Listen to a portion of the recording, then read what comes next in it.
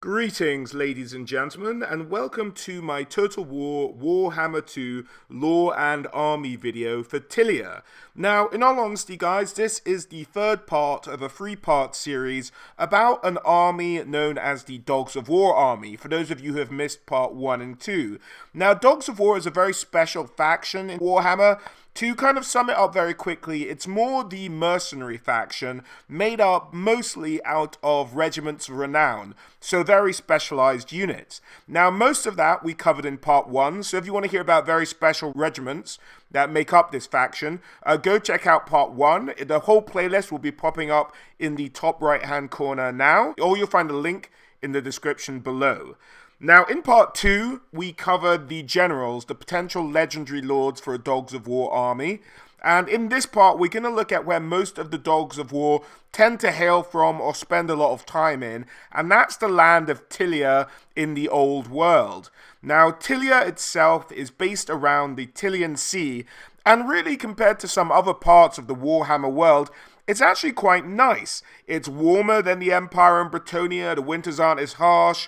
In fact, in summer, it's mostly temperate all year round. In summer, the southern parts of Tilia can get a little bit arid, but despite that, there are huge green and fertile coastal plains that are great for growing crops on, are very fertile. There's loads of fish in the sea, plenty of fishing to be had, and there's plenty of hunting to be done and wood to be chopped in the sort of forests that surround the foothills of the mountain ranges that surround Tilia. Now, the people of Tilia are quite strange folk, however. Maybe the land of plenty that they live in has maybe spoilt them to a certain degree, but they're known as naturally anarchic, and they're kind of made up of a patchwork of independent principalities, based around usually one large city and then all the land surrounding it. They're fiercely independent, strong-willed, and some say almost impossible to govern as an entire unified people. And if anyone throughout their history ever tends to pop up and name themselves king or emperor, they tend to be stabbed off pretty quickly. And so they return to this broken up kind of state. However, if their allies in Tilia do tend to need help, they can be known to bunch together, if not as a fully unified core, at least of one or two or even three of these principalities working together to protect themselves. And perhaps due to this sort of bountiful nature of the land around them, they've also managed to sort of dedicate themselves to things that aren't normally dedicated to. Usually in the Empire and Bretonnia, you're probably in some sort of fight for survival wherever you're living, but in Tilia they can dedicate themselves to other pursuits, such as scholastic pursuits, architecture, artistry. So they tend to produce these very kind of intellectually curious individuals who make breakthroughs in either the areas of mathematics, or they become famed explorers or traders, things of that nature. One could argue more so than other parts of the old Warhammer world. Now, in terms of their priorities, the idea of them not being a nation also goes to like their kind of social makeup. So a Tilian will always prioritize family first, and then kind of his locale, his neighborhood, perhaps his town or little village community, and then you get to the larger principalities, and then only after all of that you get to anywhere near any sense of the nation of Tilia itself. So very much starting on the building blocks of foundation of family first, before nation, before ruler, before anything else. That's how Tilian society tends to operate. As far as the history of Tilia is meant to be concerned, Tilians claim descendancy from the famed city of either Tilea, or Tilis, which used to be a legendary ancient city now located in what is known as the Blighted Marshes. Now, you guys may have heard me cover this before in my Skaven army video, where I talked a little bit about the foundation of Skavendom and how they came out of another famed city known as Kavzar, I think it was. Now, these places are all referring to the same legendary city, but within this legendary city, I guess there were humans and dwarves, and they worked together famously. Now, it might be that the dwarves called it one thing and the humans called it another thing, or it might just be that historians have just made up the name for this city and no one ever knew its true name. But despite that, they're kind of talking about the same place. Now, it seems remarkably unlikely, with the fate of the people who lived in this city all disappearing, that the Tilians are actually their descendants. It's actually much more stipulated that the Tilians are descendants of the tribes that this city would use to, do the work, be the workers on their land, sort of till and hoe their soil and what have you, not necessarily the civilians of the city itself. But despite this, Tilians still claim descendancy from the citizens of the city, however unrealistic that prospect might be. Now, the fall of this famed city, at least according to the Dogs of War timeline, is thought to have occurred at some point in the year negative 17,080. So that puts it about 2,000 years before the birth of Sigmar and about roughly 4,000 years before the current Total War Warhammer timeline. So this is really a very, very long time ago that this city disappeared and the Tilians moved off and started to take over the land of what would become Tilia. So in these ancient times, the tribes of what would become Tilians started to wander the land, just live off the land a little bit and start a primitive society compared to how they had been living before, under the protection of the great city. Now, a feature of this part of the world, as with much of the old world, is that there are a number of ruined elven cities around. Now, the elves were driven off the old world by the War of the Beard, where they fought fiercely with the might that was once the great dwarven empire, and they kind of lost and so retreated off the old world, leaving it to the dwarves. The dwarves themselves had been so weakened by this war that they couldn't hold this territory that the elves had given up, and so retreated to their mountain holds, leaving many of these elven cities just to rot away, and over the centuries, men started to colonize them.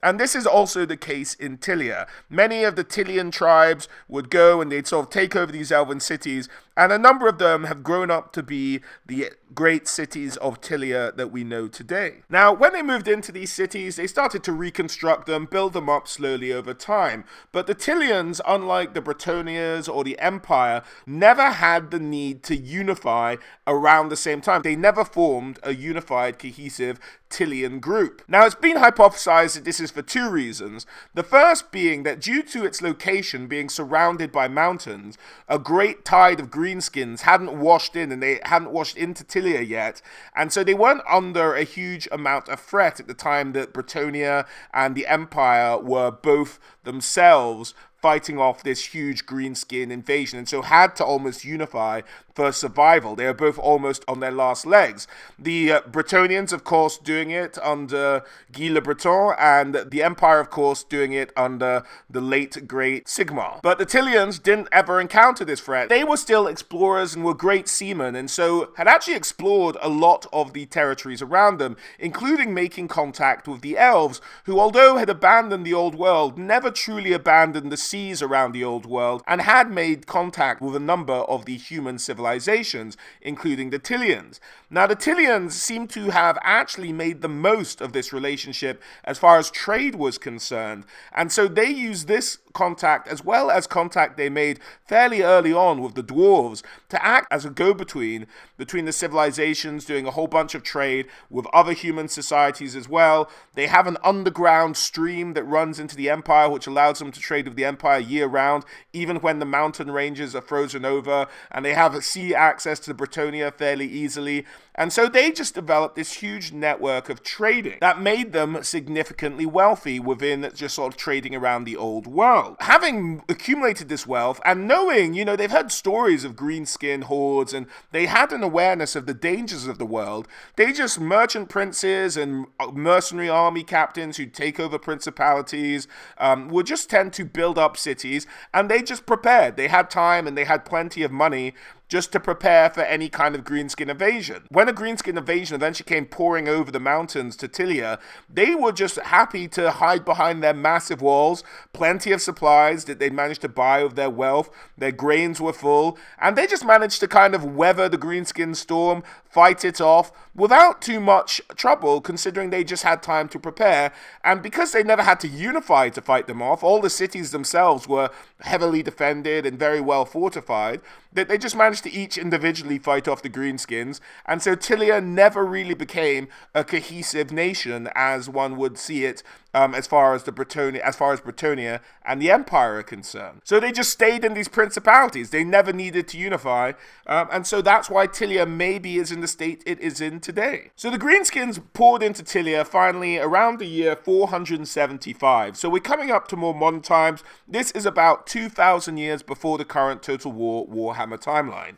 So that's when they managed to initially fight off the Greenskin Horde without too much trouble. Obviously, it was still a Greenskin Horde. Some people died, but they managed to, deal with the situation at hand. Now, they very much carried on living this way for the next millennia or so. And sort of by the year 1425, so about 1,000 years after that Greenskin invasion, Bretonnia had expanded and had set their sights on the shores of Tilia. Now, the Tilians were not going to have any of this. They were like, whoa, Bretonnia, I don't know what you think you're doing. And so they decided to have a meeting before, war broke out, and the sort of expansionist ideas of Bretonnia to incorporate Tilia into their kingdom got too out of hand. So they met at this place called Rivola. And so the Tilians start giving some banter across to the Bretonnians, and the Bretonnians likewise. And so the Tilians go, all right then, lads, you're such bloody honourable knights. Let's see what you've got. And they make a pact and they set rules for a little tournament. And I think it's 5 of them. They line up 5 knights each. And the Tilians make sure that they put in that you can't have any enchanted weapons. And of course, each side have a lot of lovely ladies, and being closer to Tilia and being in Tilia, the Tilian knights made sure that there's some beautiful women around to watch it. And the Bretonnian knights, being the showy gits they are, start to, parade in front of the ladies, start to ask for their favor. And then the tournament carries on, and they start to face off against these Tilian knights. And they start to lose. They don't understand it. And indeed, after the 5 guys had gone each against one another, the Tilians came out on top. And they're like, what the hell has happened? This is impossible. This makes no sense. And it's only then, at the end of the tournament, do they notice that the Tilians had in fact swapped out their regular-sized lances for lances that had about a foot on the Bretonnian ones. And they were like, what the hell is this? And like, we never stipulated we couldn't have longer lances, and you guys never complained until after the tournament. So what transpired was the Tilians brought in their most beautiful woman from around the area to simply distract all the Bretonnian knights. Well, they swapped out their lances, and because they didn't complain at the time, wasn't against the rules, and that was the last time Bretonnia had sort of any ambitions towards taking over Tilia, having been bested in that tournament. Probably a great point of shame to Bretonnian knights to this very day, one would imagine. A few years later, in about the year 1487, the next major occurrence to happen to Tilia, really, is a huge raid of Dark Elves. They start attacking the shoreline, they start raiding, they start taking slaves, and they are just causing complete havoc. Eventually they're dealt with and chased away, but they had just decimate large parts of Tilia. Now the Tilians were like, what the F was that? They talked to their old elven friends, and unusually, the elves actually, I'm not 100% sure if the elves tell them, or they just kind of figure out themselves that these aren't like their normal elven friends. And they devise or are told by the elves that there's been a fracture in elven society. And indeed, there are things called dark elves, and there are the elves that they know of. Now, having traded with the elves for so long, they kind of had an idea of Ulfwan, and that's where the high elves lived, and they were kind of a cohesive society. But they'd never seen these other elves. And so it got into the Tilians' minds, whoa, hang on here. Where do they live? And the elves themselves didn't really have a great answer. Of course, the elves kind of knew where the Dark Elves had set off to, but they'd never explored Dark into Nagaroth or anything like that. The High Elves didn't have a lot of reporting on the exact territory of the Dark Elves, and they weren't going to tell humans about it, even if they did. So the Tilians start to think, wait, hold on. We thought we'd had the whole world mapped out, except for the World's Edge Mountains, and you'd have to be a bloody lunatic to go past them. The dwarves have told us you're a lunatic if you go past them, so nobody does. And so where did these Dark Elves come from? They didn't come from the east, so they must have come from further west. And they start setting out. And it's indeed Marco Colombo, who's one of the potential legendary characters of the Dogs of War army, although being long dead, who sets off and kicks off this whole level of expansion of their known knowledge of the world in Tilia, and the expansion of their trade routes to go well beyond the borders of the old world. So Marco Polo is the first one to set sail west, and he bumps into Lustria, makes contact with the lizard men, comes back extremely wealthy, in fact buys himself a principality, that's how rich he was. But we covered that in part 2 of the legendary characters of the Dogs of War. So he sets up this trade route with the lizard men, that now they can trade with lizard men as well. And then eventually this gets people in Tilia thinking, okay, if there's more of the world than the world as we know it, then we have Lustria to the west, and there were started to be conversations, much like in our old world, about the world being flat or round, and the concept being that a couple of brothers known as Rico and Rubio were like, okay, we're going to try and reach Lustria the other way round. They have to be on the other side of the World's Edge Mountains, right? We'll go around there, and then we'll set up a land route, and that might be more efficient than the sea route, and we'll get new trade, and we'll be as rich as the legendary Marco Colombo. So they head off, they bump into the Dawi, who are like, oh, no, don't go east of here, that's bad mojo over there, I wouldn't do that if I were you. And but go past the World's Edge Mountains, like, oh, we haven't found Lustria, but we found the Darklands and all kinds of nastiness there. And then even beyond that, there's the Empires of Cathay, which they ended up finding and then trading with. And so they set up this whole new trade network. Now, there followed a whole bunch of other guys. There was Lucky Gino, who disappeared in the Southlands, who made it past the Land of the Dead, but disappeared in the Southlands. But for the most part, they set up a number of successful trading routes, increasing their trade network and really allowing Tilia to thrive on the trade and almost trade alone at this point. Merchanting was really now the bread and butter of Tilia, with all of these places they'd managed to explore and find and really discovered for the humanity on the old world. I mean, obviously, one could argue Lustria was found long ago by the Norskans, who set up the base of Skeggi, which was around long before Marco Colombo. But, you know, they kind of brought it to the civilized world and brought all the knowledge of the Eastern empires as well. So that set up the Tilian trade route, which allowed them to prosper hugely to this day. Now, having said that, having discussed a little bit of the history of Tilia, that's kind of where Tilia is at the moment. They have this huge network, they're in their individual principalities, and these principalities are kind of centered around individual cities. So I figured we'd take a look at the cities of Tilia and give you a bit of their own personal histories and what their foundation is like. So the first city we're going to look at is Tobaro. Now, Tobaro in Total War Warhammer is actually counted as part of Estalia. Now, I'm not sure if something changed in the lore that I've missed since the Dogs of War book came out, which was a good number of years ago. But as far as this was concerned, Tobaro is more part of Tilia than it is Estalia. But again, the idea of Tilia is a very loose concept, so bear that in mind as well. On the western shore of the Tilian Sea, it's kind of isolated from the rest of Tilia, obviously. It has a couple of interesting features. For example, there's a rocky island off its shore that's said to house a number of creatures they call sirens, which obviously are not the kind of pretty ladies on rocks that we might envision, but like, you know, the more like hideous harpy-like creatures that lure guys to the rocks, smash the ships, and probably eat them, one would have to imagine. Now, Tobaro, like many of the cities around Tilia, was once an elven outpost, kind of an abandoned ruined elven city, and it was eventually, you know, taken over by the humans who ended up colonizing it. Now, Tobaro itself is quite an oddly distinctive city. In its center, there's a huge kind of boulder or mound, even one could describe it, that where the kind of upper echelons of society live, and that's a walled-off mound in the middle. And the outer walls are, again, sort of lower down, another wall is around that. They've actually done a very good map in the mods of Total War Warhammer 2 for Tobaro, and I do recommend you check it out. It's kind of a fun. They get the idea of the mound and then the city around the outside. Mound in the center is known as the Palazzo of Princes, so kind of the prince's palace. And that's where the sort of prince of Tobaro and that principality would live, along with the nobles and other kind of rich and wealthy, whereas everyone else would kind of live in the lower city, but still be protected by walls and what have you. Now, it's had kind of a very a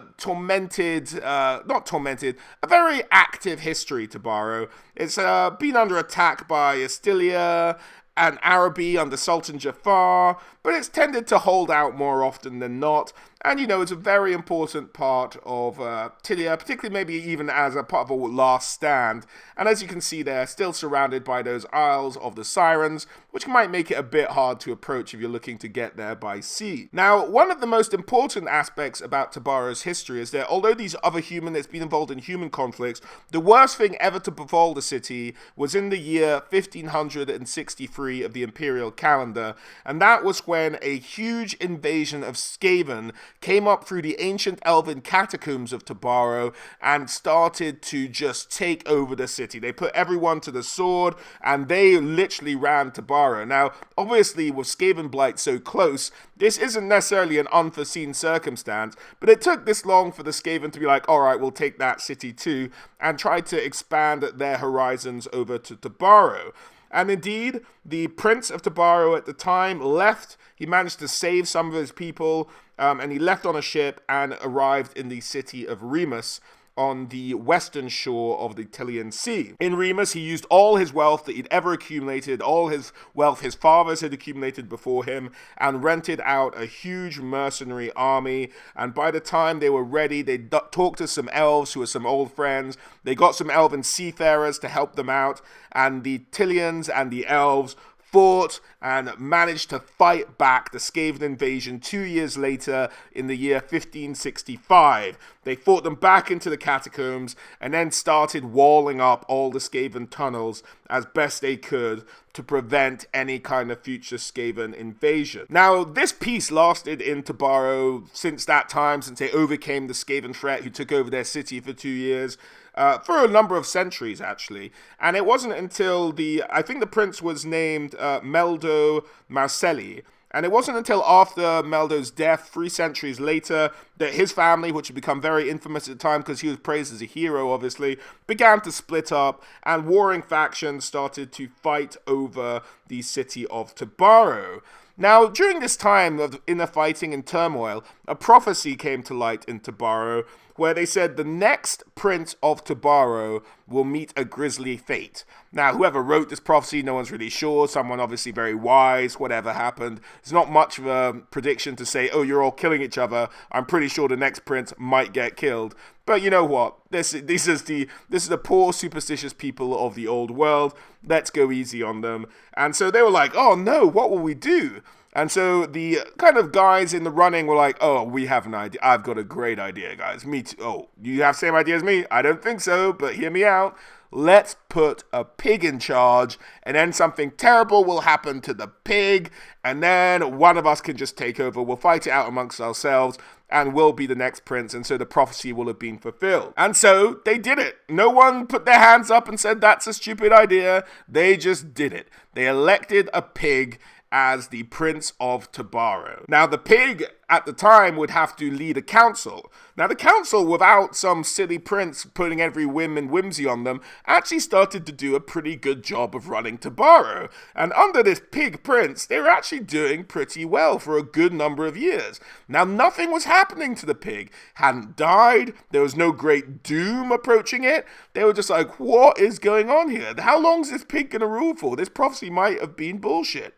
But nope, they just kept going on year after year. The pig would go around with a little hat and a little chain for the chain of his principality to show he was the prince.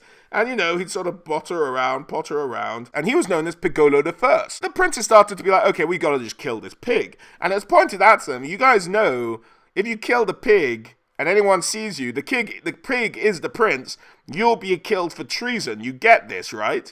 And so it took them a little while, but eventually, unfortunately, after many years of really quite successful rule considering, Pigalo I unfortunately seemed to have managed to tumble from the battlements and fell off the cliffs into the water below from the city of Tobaro, unfortunately meeting his doom, and indeed in a pretty grisly way, but, very suspicious circumstances since that time.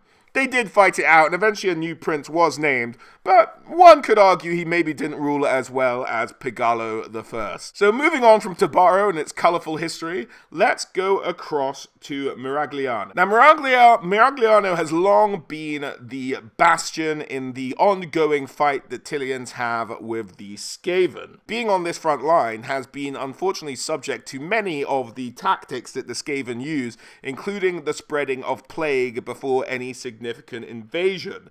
So they suffered from stuff like the Red Pox, where 3/4 of the population of the city died out. And you know what? They started to actually get patrols in the sewers regularly because it's such a regular occurrence for them to bump into Skaven. They ended up sort of starting out groups of sewer patrols, which ended up being just known as the Rat Catchers, who'd go around, fighting off whatever Skaven they'd find mugging about. And whenever you go into the city, there's always bounty on Skaven heads, so you're always able to collect. Now, interestingly enough, Mariagliano was not an elven city. It was actually just fully built by humans. They set it up. And it's thought that the elves actually actively avoided the area around the blighted marshes. Now, there's two reasons for this potentially. One, that there was already the ancient city of men and dwarves that was there, and they were just trying to give that city a bit of space, so never built another city around it. Second idea being they knew Skaven were about, and they were just like, nah, sod this. We're not building anything anywhere near where Skaven might eventually emerge, or they had a bad feeling about the place, and so just never built anywhere near it. So completely human-built city, Mariagliano. And indeed, its latest redesign, where it's become the defensive fortress it is now, was done by none other than Leonardo de Mariagliano, who we discussed in part 2 of our Dogs of War series. Again, if you want to see the full playlist, check the description below. But Leonardo, the genius, as comparative to our worldly Leonardo da Vinci, rebuilt the defenses, made it a hugely strong bastion of a city, holding the line for the people of Tilia. Now, as well as being highly fortified, there's also a number of canals, and because of Skaven being a constant threat, even in water, a lot of these canals have gates, so they're guarded patrol gates at different intersections along this multitude of canals that run a network through the city, kind of facilitating trade, as well as designing solid city defenses. Of course, being the Leonardo that he is in the Warhammer world, he likes the leaning towers, and so a number of the defensive towers around the city of Mariagliano tend to be a bit of a lean, because he liked to show off how he could build buildings at tilt and still have them stand. Such was his genius. So a lot of leaning towers here in Mariagliano. That's the idea. They're not straight, but they are defensive towers, and very good defenses at that. Now, this city is currently presided over by Borgio the Besieger, who we talked about, who's a big, gruff, great general. In fact, in his time, he's still alive in the Total War Warhammer timeline, he is renowned as probably the best mercenary general about.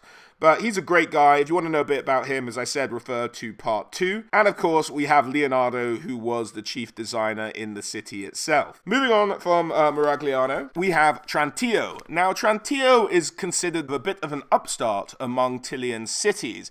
It was previously a bit of a backwater. No one really paid attention. It could barely almost be called a city back in the day. And it was also one of the first principalities to become a full republic, rather than just relying on a single prince. Now, this all changed with Marco Colombo coming into his vast wealth. When he returned from Lustria, he'd made all this money, brought all these luxurious goods back, that he was able to afford to buy this principality, did up the city, and made it a significant player, particularly as far as it comes to trade. And so since his redesign, they used dwarves to come and aid them with it, so a lot of dwarven techniques used in its building, and it's become probably the most beautiful city in Tilia to this day, and is still largely regarded as a huge trading hub as well.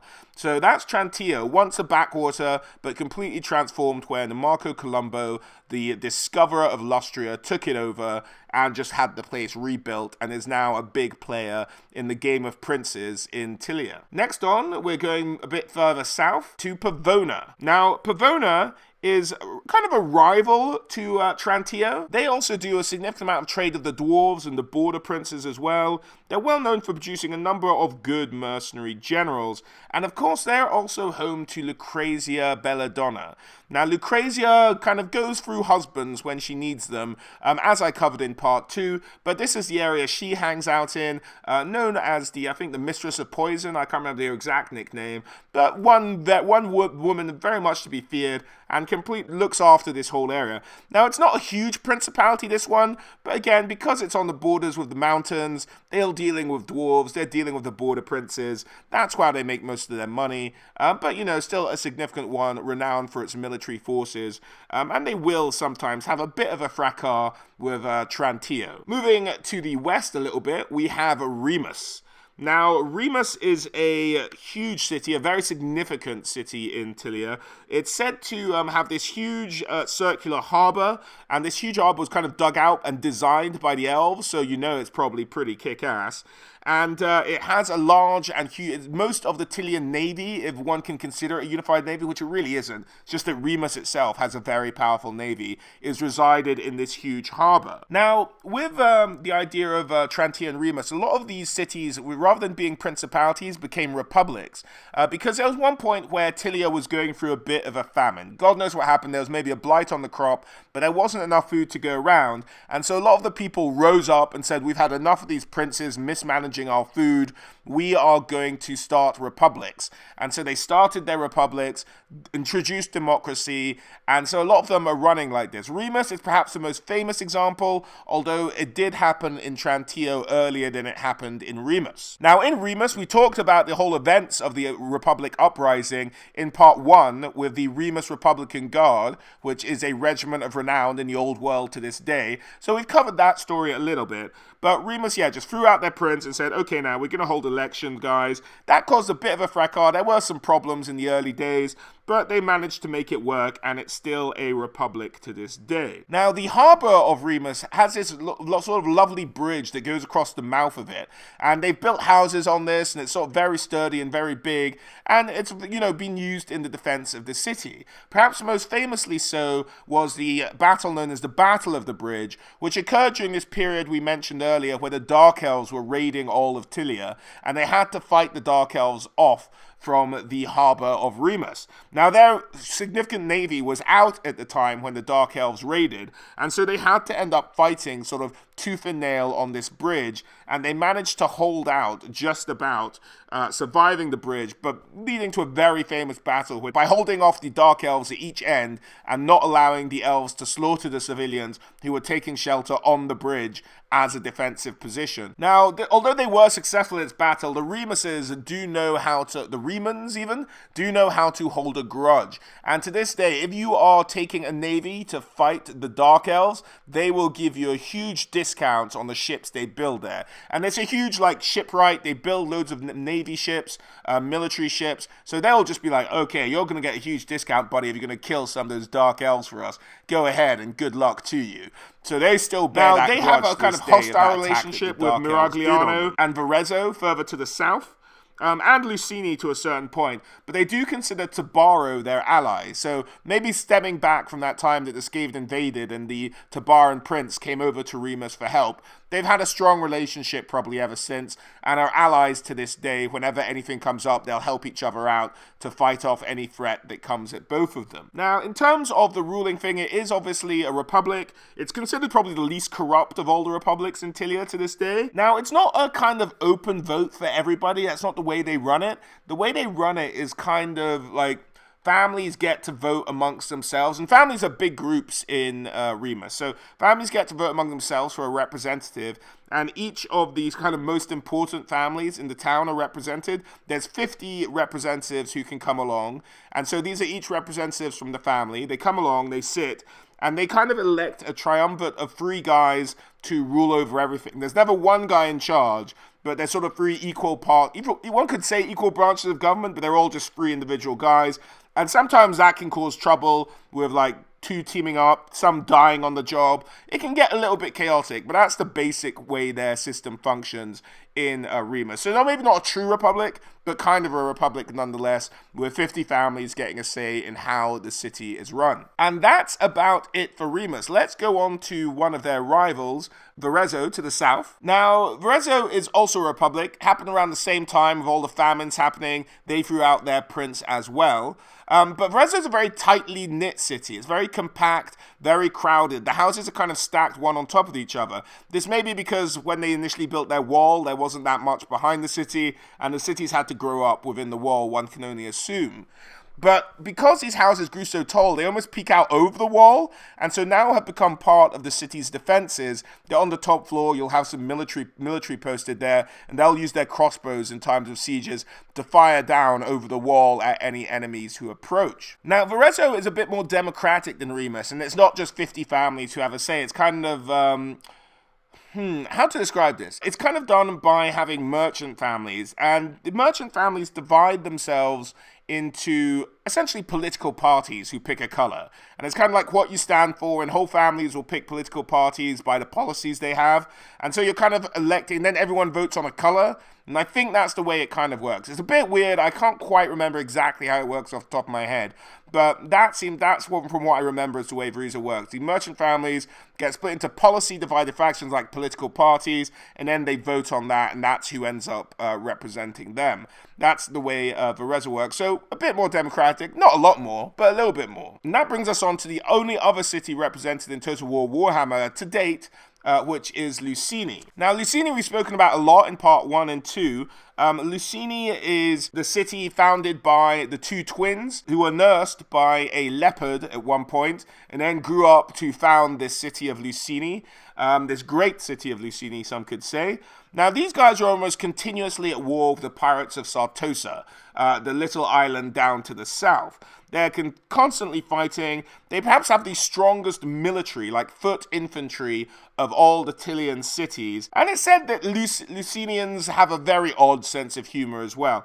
They have a kind of venerable deity, which is the leopard, which is said to have nursed the two twins.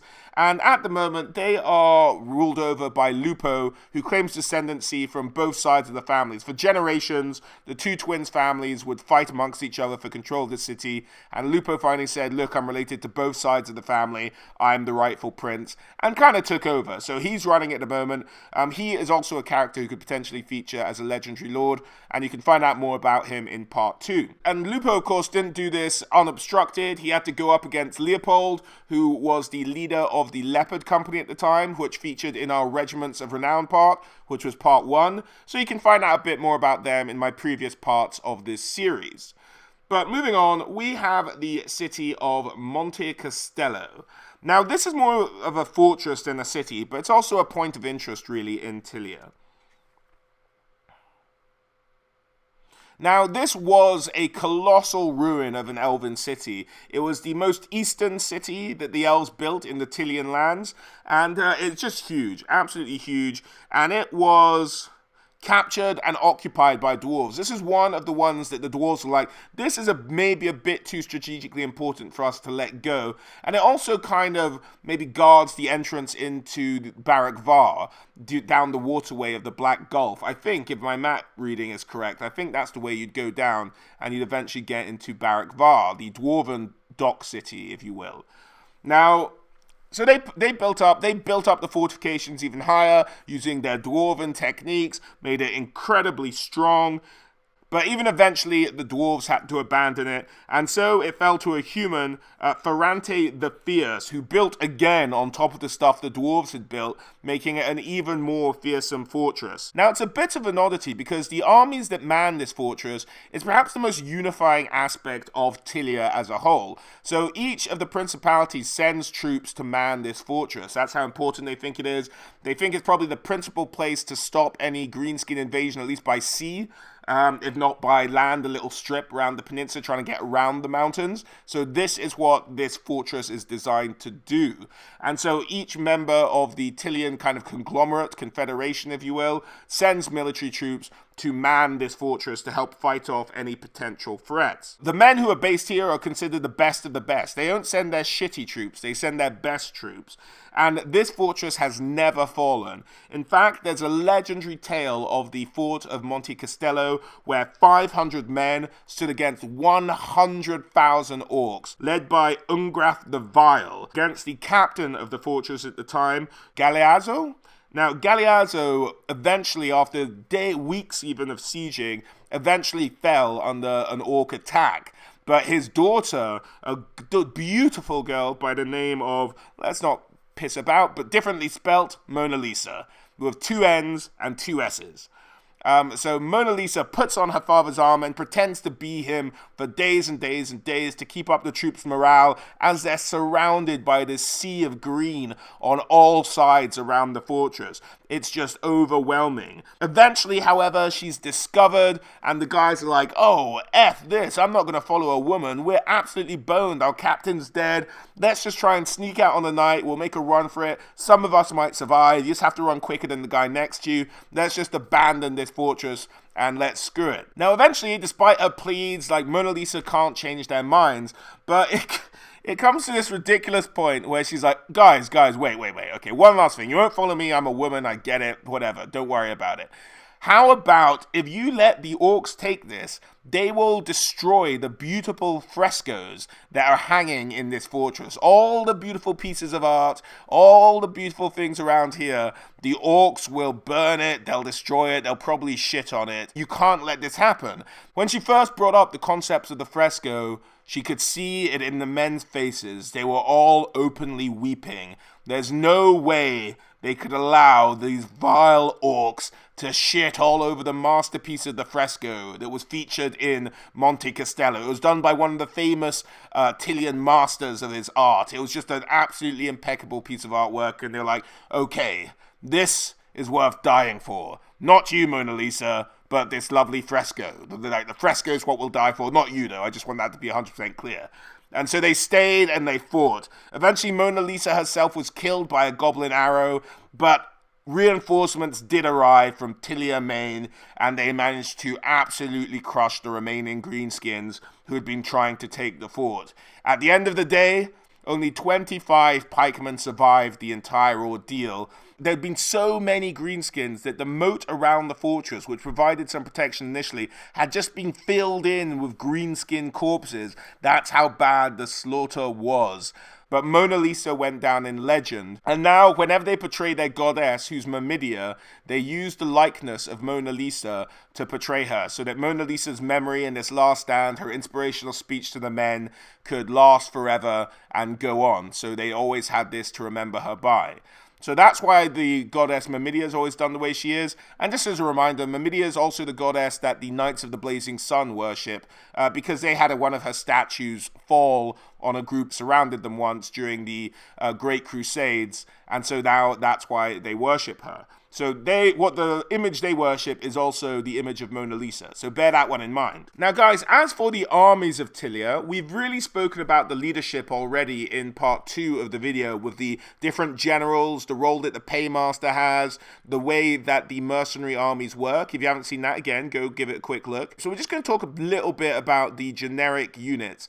Now, Tilian armies really are made out of 3 distinctive units, and that's about it.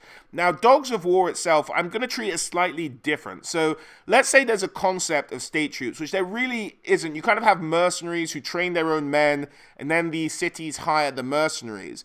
But these men mostly make up pikemen and crossbowmen. This is the mainstay of Tilian forces everywhere, and the mainstay of mercenary armies as well. It's pike and crossbow. That's what they're really going for. Now, these images aren't generic pike and crossbow. These are images of a couple of the regiments of renown we spoke about in part 1. But, just to give you an idea of what we're talking about. Now, these have been given special rules on the tabletop of Warhammer. So pikemen would get extra ranks to attack with because their pikes would reach through so far. That was a special rule on the tabletop. Crossbows would just be crossbows, much like they were in the Empire. And the other unit they had, which may be unique to Tilia, not so much seen anywhere else, apart from the pikemen, of course, were the duelists. The idea of these guys who'd carry around 2 weapons, not unlike the Black Ark Corsairs of the Dark Elves. This was the idea of the duelists, although they didn't have the Sea Dragon cloaks to provide them that extra protection. They just had kind of light armor on. But that's the idea of the duelists, and we kind of spoken about them when we mentioned Vespero's Vendetta in the Regiments of Renown Part 1. So duelists would kind of cover the flanks of the pikemen. They'd fight off anyone who'd approach them from that side, but the pikemen would get most of the work done. Now, in a Dogs of War army, the Tilians aren't too fussy about who they work with, so there were rules written for like orcs, goblins, greenskins, ogres as well, particularly a lot of ogres in mercenary armies. But I haven't really included this because I don't think it really maybe fits thematically with the idea of Tilians fighting for themselves, but they would employ all of these. They didn't mind. They'd employ undead. Tilians don't care. If you're willing to fight for them for a price, they will employ you. They don't care where you're from. As long as you're willing to fight for them, you're okay in their book. And so the Dogs of War eventually released rules for all of these different factions, all of these different types of units. But as far as Tilia itself is concerned, and Tilia's fighting for themselves, you're really looking at pike, crossbow, and duelists. Now, duelists started out as bodyguards for rich merchants, but ended up being sort of built out into a regiment of their own right. So that's really how generic armies would kind of work in Total War Warhammer for Tilia. But you could incorporate aspects, as I mentioned in Part 1, of the Regiments of Renown and make them more of a generic unit. Now, I'm still not sure how a Dogs of War army might work in Total War Warhammer. I think what they will do, we will have generic pikemen, crossbowmen, duelists. You'll also maybe have a unit of generic orcs you can maybe hire from time to time, or a unit of generic gobbos, a unit of generic ogres when they eventually introduce to the game, stuff like that. But I think for the most part, you're looking at those 3 base units. You'll also probably have something like a very mobile artillery, like in the Regiment of Renown, and you'll maybe have the flying, like as much like the marksman of Mariagliano, who we talked about. A lot of these regiments, a lot of these bases of the regiments that they could also make are covered in Part 1, and I talk about it quite extensively there. But they could just make specialized units that really only have 1 unit in the real Warhammer world, and just make them generic units. If you're not going to make Dogs of War a horde army, that's kind of the only way you could go about it, is kind of make generic versions of these very specialized units. And you could have that. In that case, you'd have men flying around on kind of hand gliders, shooting their crossbows. You'd have cannon dragged around by a horse, very quick artillery piece, maybe with less range, less oomph than a normal cannon, but still you could move it around. Stuff like that. So there's a huge amount of potential. If you want to kind of play with your imagination a little bit, do go and have a look at Part 1. But for generic units, just as it's written in the rulebook, really all you're kind of looking at is duelists, who are humans, duelists, pikemen, and crossbows. Now, obviously, you could probably change weapons and stuff like that, but that's what makes the army of Tilia more distinct than something like the Empire or anything like that. They also had light and heavy cavalry later on written for them. There's a whole bunch of stuff that was later on written for them, but in the original army book, I think all you really had then, I don't think you even had duelists, was pikemen and crossbowmen were named as kind of generic units for the Dogs of War army. But that's about it for the armies of Tilia, guys. A lot of variation. Really, Creative Assembly can do whatever they want when it comes to Dogs of War to a certain extent. It's just a matter of how they want to limit themselves and how to make it play differently from other armies as well. But that's about it for our Tilia video, guys. Hope you enjoyed it. Do please subscribe if you did, and do drop a like. It would really help the video out. Other than that, guys, as always, a huge thank you all for watching. And special thanks to my patrons, Huli, Reese, Colin, Mateus, Samuel, Matthews, David, Peter, Sign of the Emperor, Niblitz, Calef, Nigel, Hankster, Zelhert, and James. Thank you, guys. And I'll hope to catch you all on the next one.